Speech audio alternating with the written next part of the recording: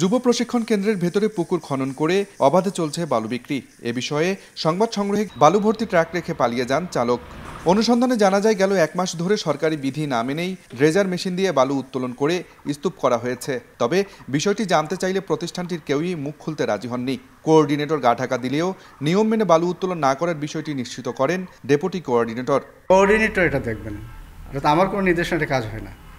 আমি শুধু ট্রেনিংটা দেখি। এখানে যে ট্রেনিং কোর্সগুলো চলে সেটা আমি দেখি, ওটার কোর্স কোঅর্ডিনেটর হিসেবে আমাকে ডিউটি দেওয়া হয়েছে, সেটি আমি দেখি। এদিকে বিষয়টি এড়িয়ে যাওয়ার চেষ্টা করেন যুব উন্নয়ন অধিদপ্তরের উপপরিচালক, দিলেন দায়সারা বক্তব্য।